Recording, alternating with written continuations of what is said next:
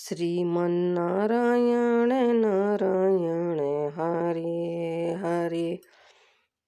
वह एकादशी जिसको जिसको सुनने से सारे पापों का नाश होता है, उसे पाप मोचनी एकादशी कहा जाता है। चैत्र कृष्ण पक्ष की एकादशी। इस कथा को सुन के सारे पापों का नाश हो जाता है। तो हम आज पाप मोचनी एकादशी कथा को श्रवण करेंगे।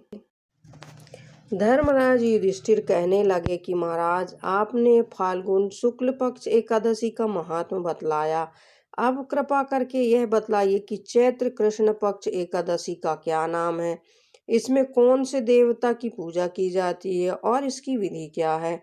कृष्ण भगवान कहने लगे कि हे राजन, यही प्रश्न एक समय राजा मंधाता ने लोमस ऋषि से किया था और जो कुछ उन्होंने उत्तर दिया था सो वही तुमसे कहता हूँ।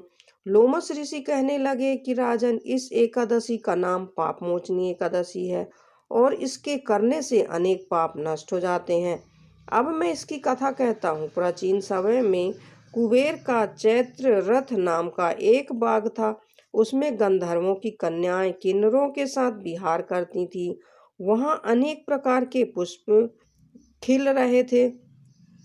उसी वन में अनेक ऋषि तपस्या करते थे।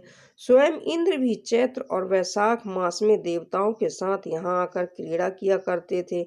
वहीं अपने आश्रम में मेधावी नाम के एक ऋषि भी तपस्या में संलग्न थे। वे शिव के भक्त थे। एक समय मंजू घोषा नाम की अप्सरा ने उनको मोहित करने का विचार किया और वह ऋषि के डर के मारे समीप नहीं गई, वरन दूर बैठकर वीणा पर मधुर गीत गाने लगी। उस समय कामदेव ने भी मेधावी ऋषि को जीतने की चेष्टा की। उन्होंने उस सुंदर अप्सरा के भ्रू को धनुष, कटाक्ष को डोरी, नेत्रों को धनुष की लचक, कूचों को कुरी बनाकर मंजू घोषा को सेनापति बनाया। उस समय मेधावी ऋषि भी युवा और हष्टपुष्ट थे, साथ ही यज्ञोपवीत तथा दंड धारण किए हुए ब्रह्म तेज से युक्त थे। मंजू घोषा ऐसे सुंदर ऋषि को देखकर उनकी सुंदरता पर मुग्ध हो गई और अपने गीत, चूड़ियों और नुपुरों की झनकार तथा नृत्य कला द्वारा हाव भाव दिखाकर मुनि को रिझाने लगी। पर्याप्त समय तक वह क्रम चलता रहा और अंत में कामदेव ने ऋषि को पराजित कर दिया। फलस्वरूप ऋषि मंजू घोषा के साथ रमण करने लगे और काम में इतने वशीभूत हो गए कि उन्होंने दिन तथा रात्रि का कुछ भी विचार नहीं रहा। इस प्रकार बहुत समय बीत गया। तब एक दिन मंजू घोषा कहने लगी, ऋषि जी, बहुत दिन बीत गए, अब मुझको स्वर्ग जाने की आज्ञा दीजिए। मुनि ने कहा, आज इसी संध्या को तो आई हो, प्रातः काल होने तक चली जाना। मुनि के ऐसे वचन सुनकर अप्सरा कुछ समय तक और रुकी। अंत में उसने पुनः मुनि से विदा मांगी तो मुनि कहने लगे कि अभी तो आधी रात ही हुई है। अप्सरा ने कहा कि महाराज, आपकी रात तो बहुत लंबी है, इसका क्या परिणाम है। मुझको यहाँ पर आए कितने ही वर्ष बीत गए हैं। उस अप्सरा की यह बात सुनकर मुनि को समय का ज्ञान हुआ तो विचार करने लगे कि इस अप्सरा के साथ रमण करते हुए हमको 57 वर्ष 7 मास और 3 दिन बीत गए। तो वह उनको काल के समान प्रतीत हुई। मुनि अत्यंत क्रोधित हुए और उनकी आंखों से ज्वाला उत्पन्न होने लगी। वे कहने लगे कि मेरी कठिन परिश्रम से एकत्र की हुई तपस्या को तूने नष्ट कर दिया है। तू महापापनी और दुराचारणी है, तुझे धिक्कार है। तूने मेरे साथ घात किया, इसलिए तू मेरे श्राप से पिशाचनी हो जा। मुनि के श्राप से मंजू घोषा तत्क्षण पिशाचनी हो गई और भयभीत होकर मुनि से प्रार्थना करने लगी कि महाराज, इस श्राप का किसी प्रकार से निवारण कीजिए। अप्सरा के ऐसे दीन वचन सुनकर मुनि बोले कि दुष्टे, यद्यपि तूने मेरा बहुत अनिष्ट किया, परंतु फिर भी मैं तुझे श्राप से छूटने का उपाय बतलाता हूँ।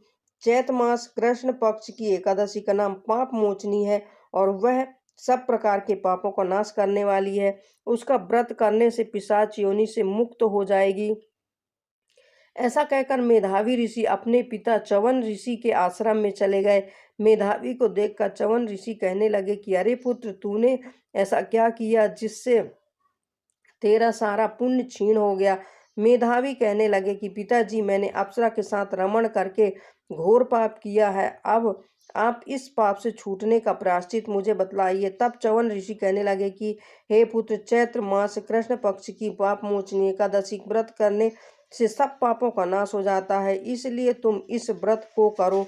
पिता की आज्ञा पाकर मेधावी ऋषि ने भी इस व्रत को किया, जिससे उनके सब पाप नष्ट हो गए और वे पवित्र हो गए। उधर मंजू घोषा भी व्रत के प्रभाव से पिशाच योनि से छूटकर दिव्य देह धारण करके स्वर्ग को चली गई। लोमस ऋषि कहने लगे कि हे राजन, पाप मोचनी एकादशी के व्रत को करने से सब पाप नष्ट हो जाते हैं।